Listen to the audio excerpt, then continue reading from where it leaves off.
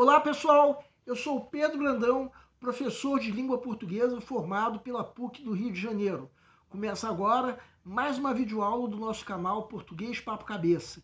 Em primeiro lugar, inscreva-se no nosso canal para não perder nenhuma das nossas próximas videoaulas e ative o sininho para receber todas as notificações.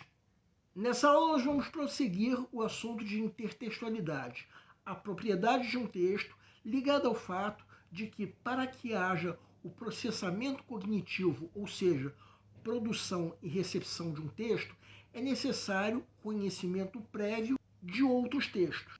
Cada texto que é produzido possui um diálogo quase que inevitável com outros textos. Nessa aula nós vamos continuar abordando a intertextualidade temática, um tipo que não costuma ser muito abordado por teóricos, mas que adquire uma certa importância em se tratando de interpretação de textos.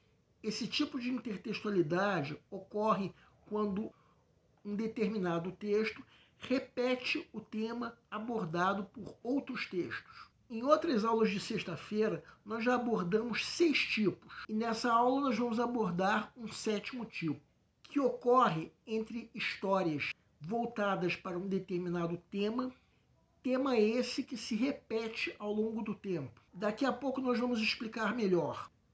Antes dessa melhor explicação, vamos lembrar que, tal como em outros tipos de intertextualidade, na intertextualidade temática também ocorre uma mudança de força locucionária, ou seja, a intenção do produtor do texto já não é a mesma do texto anteriormente produzido com o qual ele dialoga. E no caso da intertextualidade temática, temos um número muito grande de textos dialogando entre si.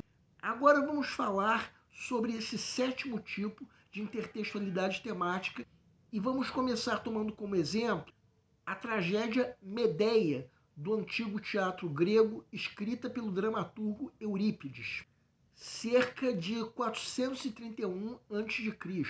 Segue um quadro. A peça Medeia de Eurípides descreve o retrato psicológico de uma mulher carregada de amor e ódio simultaneamente. Uma esposa revoltada contra o marido Jasão e, de certa forma, também contra o mundo que a rodeia. Tudo porque Jasão havia lhe traído com outra mulher, no caso, Glauce, filha do rei de Corinto, Creonte. Enfurecida, Medeia mata Creonte e Glauce por envenenamento, bem como os filhos que ela teve com Jasão.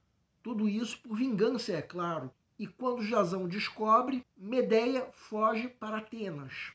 Tudo isso que eu narrei pode parecer o texto original da peça, mas não há como se ter uma certeza 100%, porque já vai para muito tempo desde que a peça foi escrita pela primeira vez. E isso fez com que muitas versões fossem criadas. Qual dessas versões foi a original é o tipo da coisa que nós respondemos: só Deus sabe. Só que muitos séculos depois, mais precisamente no século XX, Chico Buarque, que além de compositor e cantor é também dramaturgo, escreveu a peça Gota d'Água, que ele mesmo considerou uma versão da Medeia de Eurípides, sendo no caso a mesma história, mas tendo como personagens moradores de uma favela urbana do Rio de Janeiro, mais precisamente a Vila do Meio-Dia, um conjunto habitacional.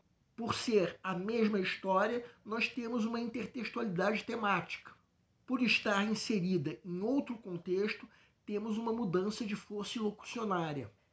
A Gota d'Água narra as dificuldades vividas pelos moradores desse conjunto habitacional, que se torna o pano de fundo para o drama vivido pela personagem Joana, equivalente à personagem Medeia da peça de Eurípides. Bem, essa aula foi sobre um 7º tipo de intertextualidade temática, que ocorre entre histórias sobre um determinado tema esse que se repete ao longo do tempo. Mas foi só a primeira dessas videoaulas voltadas para esse tipo de intertextualidade temática. Teremos uma segunda parte da videoaula na próxima sexta-feira, quando nós iremos abordar esse tipo de intertextualidade temática na peça Romeu e Julieta, de William Shakespeare. As diferentes versões dessa peça já foram tantas que algumas chegaram a provocar polêmicas. Aguardem! O nosso canal Português Papo Cabeça antigamente se chamava Aprenda a Língua Portuguesa. Cada vez mais estaremos focados em vocês, que estão movendo a roda da história para que seja criado um futuro melhor para todos. Então o nosso foco principal continua sendo os vestibulandos, que terão no nosso canal uma fonte importante de estudo de língua portuguesa, onde nós ensinaremos os recursos da nossa língua para que possam, em primeiro lugar, escrever de forma adequada, entre outros textos, a redação do vestibular.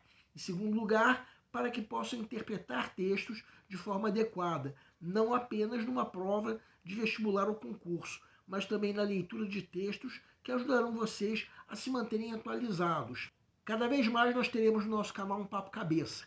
Ensinaremos nossa língua sim, mas de forma a estimular a inteligência que nasceu dentro de vocês e que precisa ser estimulada.